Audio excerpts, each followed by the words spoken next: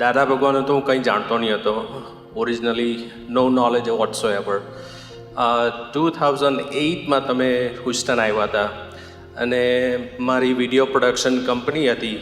તેમાંથી મનોજભાઈ મને કોલ કર્યો, જે અમે પ્રિવિયસલી 10 વર્ષ સાથે કામ કરતા, કે મારે પ્રોજેક્ટ અને સ્ક્રીન જોઈએ છે. અને I was asking in jokingly કે your kids are small, why do you need a big event? So what is a big event? પછી એમણે કીધું કે ના, મારે સત્સંગ છે. તો પછી વાતચીત કરીને પછી મેં કહ્યું કંઈ વાંધો નહીં. હવે હોલ પર આવ્યા, સેટઅપ કર્યું. નોર્મલી આવી રીતના સેટઅપ હોય તો હું નોર્મલ ક્લોથમાં જ આવું છું કે કામ કરીને પછી નીકળી જાઉં. પછી વાત કરતાં કરતાં મેં અંદર આવ્યો તો જોયું તો મેં કહું આ તો ગુજરાતી સત્સંગ છે, એન્ડ આઈ એમ અ ગુજરાતી. અને મેં કહ્યું you are Punjabi, how in a word you end up in this thing as a known as a friend. પછી મને કે ઉસી કા તો કમાલ હે. તો પછી સેટઅપ કર્યું ને I was about to ready to leave. અને પછી મનોજભાઈ કહે કે ના, દીપકભાઈ આવશે પછી જજે.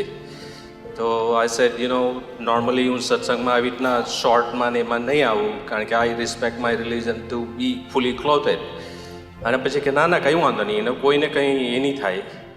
તો પછી બેઠા અને તમે પાછળથી દર્શન કરતા આવ્યા. તો એ ટાઈમે જો મને અંદરથી જો સોલિડ શેકઅપ થઈ ગયું. બહારથી કંઈ નહીં દેખાય, પણ એટલો પાવર જે હતો એ ફેલ્ટ ઇટ. અને પછી નેક્સ્ટ યરમાં મેં જ્ઞાન લીધું 2010માં, કારણ કે એ ટાઈમે તો મને કોઈ નોલેજ નહીં હતું કે વોટ ઇઝ ધીસ. એટલે પછી 2000માં જ્ઞાન લીધું. ત્યાર પછી એનો લોકલનો એટલો બધો એ નહીં હતો, થોડું જાણ મળી. પછી letter on my mother pass અવે ઇન 2012. પછી થોડું ભક્તિમાં વધારે ટ્રાય કર્યો કે દાદા મને શક્તિ આપો.